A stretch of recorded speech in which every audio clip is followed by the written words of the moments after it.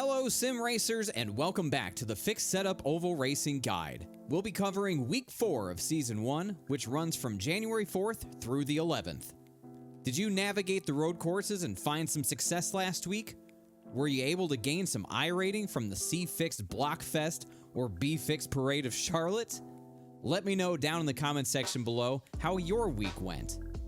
This week, we'll be taking on road courses for the final time this season in C Fixed and B Fixed, as well as some short track racing for ARCA and a beloved blast from the past in A Fixed. Just as a friendly reminder, these episodes will always be timestamped for your convenience, so if you're looking for one series in particular, use the timestamps listed in the description below.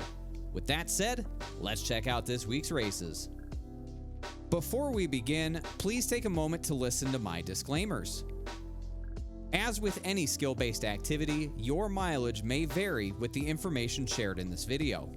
Sim racing requires individual effort in order to improve, and simply watching a video will not make you a better sim racer.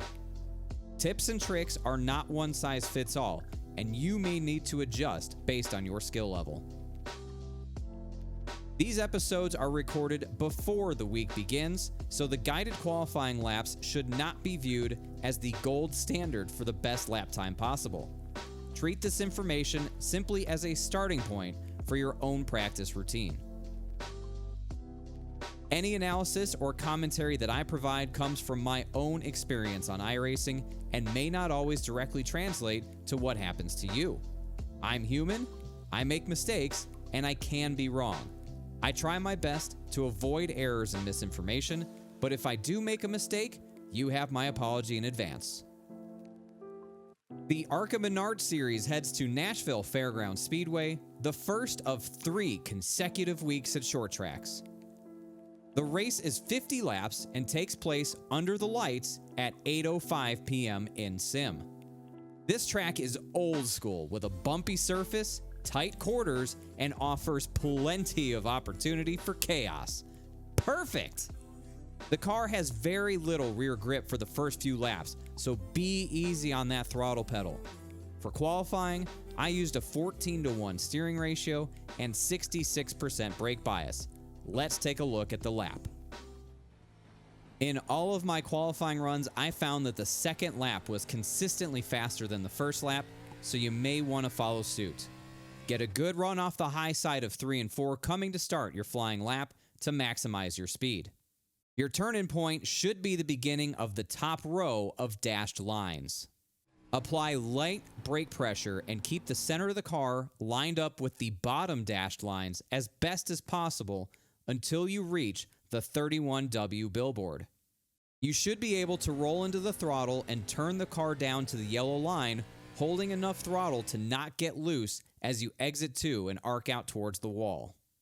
Spot your entry for turn 3 as the second available for sponsorship sign. Apply light brake pressure to get the car down to the yellow line and roll into the throttle prior to the pit wall.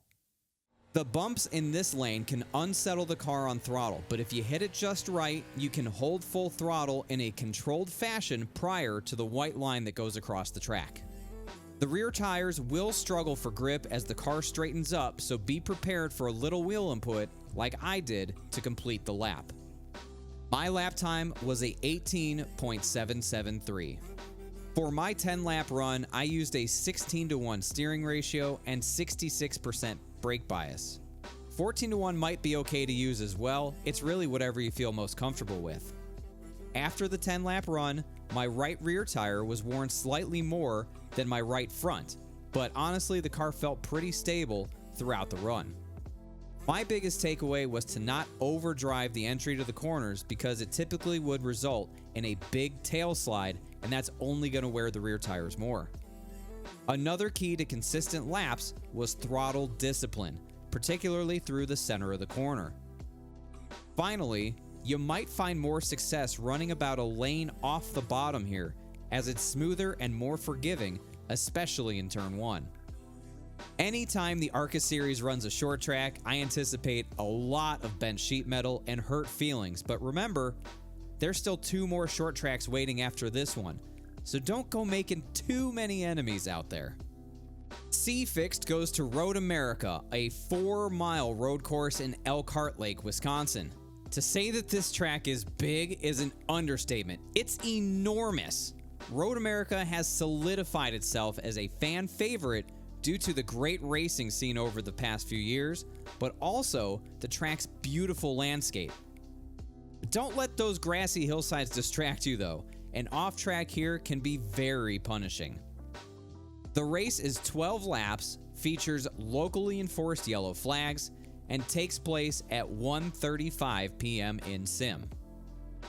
Once again, I have brought in road course racing specialist Graham Sanders to help with this week's hot lap. Graham's a talented road racer in iRacing and can be found streaming on Twitch, linked down in the pinned comment below. I highly recommend you check his content out if you want to learn how to become a better road racer. Thank you, Graham. Let's hop on board with him for a hot lap around Road America.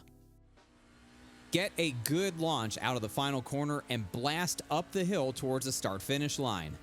This front stretch is very long, but don't relax too much. Missing the braking zone for turn 1 comes with disastrous consequences. Graham starts braking just shy of the pavement strip before the 4 cones.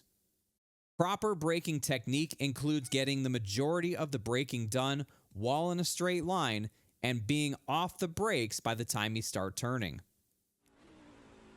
Hug the inside curb and use the curbing on exit to maximize speed for the run down the hill towards turn 2. Be to the left side of the track by the time you cross over the first white line that sticks out from the grass. Just like turn 1, use the inside curb and then drift out to the curb on exit. Getting out of this corner is critical since it leads to a long straightaway and excellent passing zone. For turn 5, Graham starts braking around the 5 board. Much like turn 1, if you overshoot this braking zone, prepare for a bad time. You should be all but done braking by the time you turn in, let the truck roll through the turn, and maximize the runoff exiting as you make the quick sprint up the hill towards the very tricky turn 6.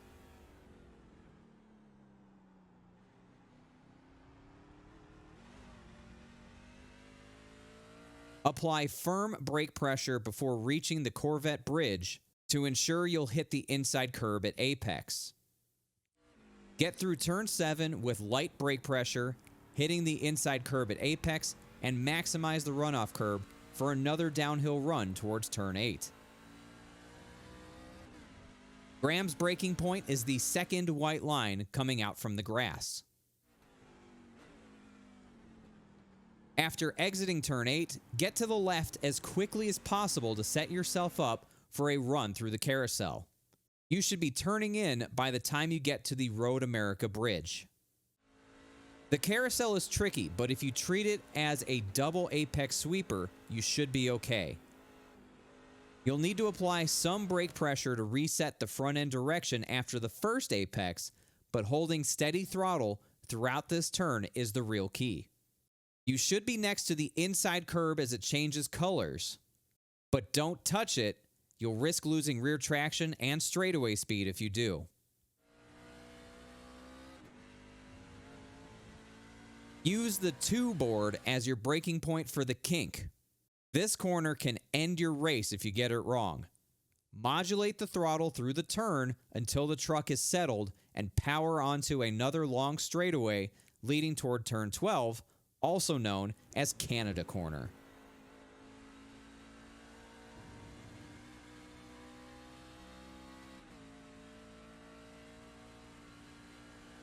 Graham's braking point is just before the arrow board.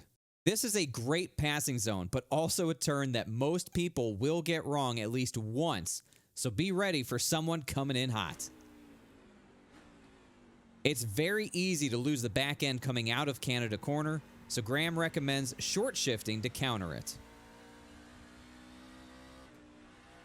Modulate throttle and brake to hit the apexes of turn 13, using all of the pavement runoff past the curb. The final braking point is just before the Vehicles for Life sign. Let the truck move towards the left as you slow down to set up for turn 14. Getting a good run out of this turn is vital to a good lap time and sets you up for a potential pass before turn 1, so be mindful of throttle application. It is very common to see people get back to the throttle too soon and run wide on exit, clip the grass, and spin. Graham's lap time was 2 minutes 14 seconds, .931. Just like I cautioned last week for ARCA and AFIX road course races, priority number 1 for these events should be keeping the truck on track each lap. Graham's advice was to short shift, meaning jump into the next gear earlier in the RPM range in order to save the rear tires and minimize wheel spin coming out of the turns. If you can manage to put together 12 clean laps with minimal errors, you'll give yourself a good chance at bringing home some good finishes in C-Fix this week. B-Fixed heads north of the border to Circuit Gilles Villeneuve in Montreal, Quebec, Canada. This track hosts the Canadian Grand Prix for Formula One and has had some unforgettable NASCAR Xfinity Series races in the past as well. The race is 18 laps, has locally enforced yellow flags, and takes place at 4:50 p.m. in sim. This is one of my favorite tracks to drive in F1 games, but it is a much different animal in a stock car. Once more, we'll jump on board with Graham Sanders for a hot lap around this 2.71 mile, 13 turn track. Starting the lap off, be sure to get a good run out of the final chicane so you can maximize your speed on the start-finish straight. Stay left and aim the car towards the right of the track as you pass the start-finish line to set up for turn 1. Graham's braking point is just before the pavement strip on the right side of the track. Be mindful not to cut turn 1 too much or you will get a slowdown penalty. Modulate the brakes to keep cutting speed as you approach turn 2 and hug the inside curb. Apply enough throttle to keep the car rotating on the curbing and keep a tight exit. The rear tires will struggle for grip here, so short shifting may help gain traction and reduce tire wear.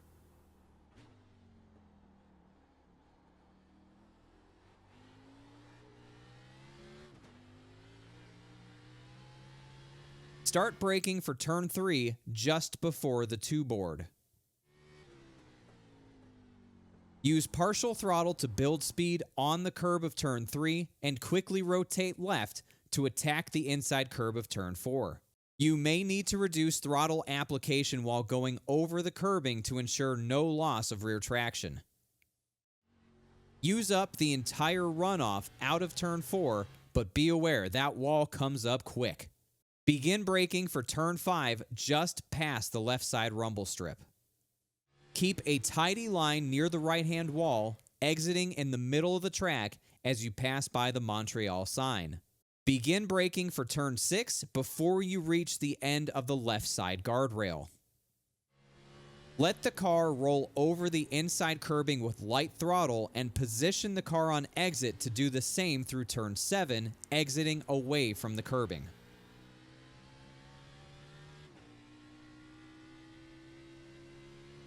Begin braking for turn 8 just past the small pavement strip on the right side of the track. By the time you reach the 1 board, have your car positioned near the grass in order to properly make your turn in.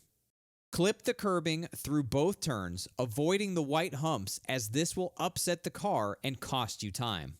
You can attack turn 9 a bit more aggressively than turn 8 with throttle, but like the exit of turn 3, beware that wall as you come back to full throttle.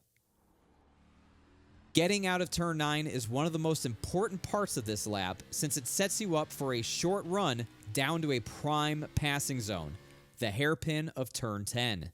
The braking zone for turn 10 is just before the 4 board. Since this is a prime passing zone, be aware of dive bombs and mistakes from other drivers. It's very easy to overdrive this turn and go straight on or straight into other drivers. Line up the car as far left as possible before turning in and make a smooth turn, that sees your car on the curbing at the apex of the turn. Feed gentle throttle past the apex and unwind the steering wheel to let the car exit no further out than the top of the dark asphalt patch. Another way to gauge the exit is you should be looking straight down the curbing at the apex of the left-hand bend ahead of you. Like turn 9, the exit of turn 10 is critical since it leads on the longest straightaway and the final passing opportunity of the lap. Keep a tight line along the right side of the track until you're past the right-hand bend, and then let the car fade to the left side of the track. Graham's braking point for turn 12 is just before the 5 board. It takes a lot of braking pressure to get the car slowed down for this chicane, and again, it's very easy to get wrong. Be prepared for dive bombs and cars going straight on as a result of missing this braking zone. Much like turns 8 and 9, attack the curbs but stay off those white humps for maximum grip through this quick left-right complex. You'll notice that Graham clipped the turn 13 hump, and while it looks cool with the left side tires up in the air, you can hurt your lap time, or, even worse, send your car out into the wall of champions if you do this wrong. Attack the exit as much as the car will allow and power down the start-finish straight to complete the lap. Graham's lap time was a 1 minute 40.488. Circuit Gilles Villeneuve is an extremely technical track that has thin margins for error, but if you get it done right, it can be an extremely satisfying experience. Like other road courses, focus on keeping your car on track, minimizing mistakes, and be aware of those around you. There are numerous opportunities for things to go wrong, so again, anticipate the dive bombs into the hairpin and the final chicane. Chances are they're going to miss the corner anyways, and you'll just retake the spot without any harm done. Have some fun in Montreal and stay out of the Wall of Champions. A-Fix takes on Rockingham Speedway, a now defunct 1-mile oval. More affectionately known as The Rock, this track used to host the NASCAR Cup Series until 2004 and was a fan and driver favorite alike.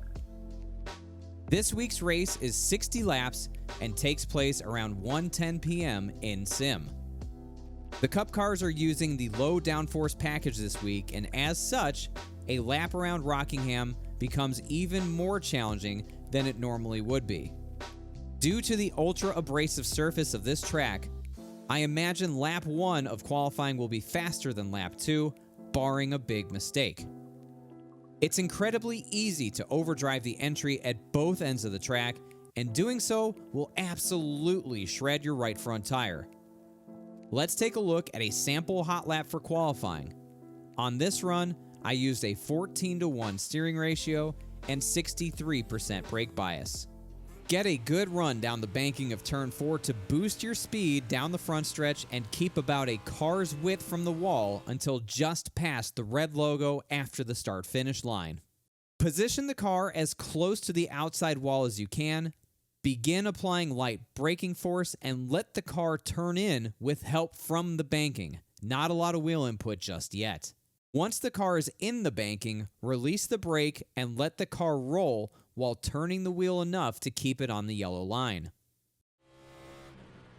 Apply enough throttle to build speed until the car feels settled for exit and arc out towards the wall. My entry point is just past the text on the wall. While this may seem early, it will ensure that you stick the bottom in turns 3 and 4. Apply light brake pressure and turn the car so that it is along the yellow line at the entry to the corner prior to the white line that goes across the track. You should be able to apply throttle more aggressively here since there's more banking at this end of the raceway. Keep a tight exit and cut the front stretch as much as you can since it's not straight. This will gain you a little bit of time if you do it right. My lap time was a 22.674. For this race, I will be using a 16:1 steering ratio and 63% brake bias to start. Over the course of a 10-lap solo run, my right front tire wore slightly more than my right rear, and I could feel the loss of front grip, especially at the exit of turn 2. Rockingham is a very line-sensitive track, especially in turns 1 and 2, and if you miss it by a little bit, your lap time and tires will be compromised even more. I expect a lot of people to shred their right front tires this week, so save yourself from that by backing up your corner entry. It will absolutely give you a huge advantage. Don't worry about people who were fast early in the run. They're only burning up their tires. Let them go early, and you'll probably see them in about 15 to 20 laps, going very slowly out of the corners because their right front's on fire. Remember, you can adjust your brake bias in the car as well to help that car turn in as the run goes on. Don't let that valuable tool go to waste. My final piece of advice, be mindful of the exit of turn 2. Most of the crashes this week will probably come there from someone getting tight, smacking the wall, and being really slow in the racing line. Anticipate these situations, and you may avoid an otherwise race-ending wreck. For those of you who like road racing, soak it up this week because you won't see it again until at least Season 2. And for the rest of you, you'll only have to suffer through one more week of this stuff, and then it's all ovals across the board, don't worry. Thanks again to Graham Sanders for all his help the past few weeks getting the hot laps in for these road courses. He was an absolute lifesaver. I hope that you enjoyed this video and found the information to be educational, but most importantly, helpful. If you did, please help me out by rating and especially sharing this video so that we can bring this information to more iRacers. If you want to see more iRacing content similar to this, make sure you hit the subscribe button and turn notifications on so that you never miss an episode. Additionally, you can catch me doing plenty of iRacing on my Twitch channel, linked down in the description below. If you want to get in touch with me, the best way to do that is to follow me on Twitter, also linked down in the description below. Again, thank you so much for watching this video, and have a great week of racing.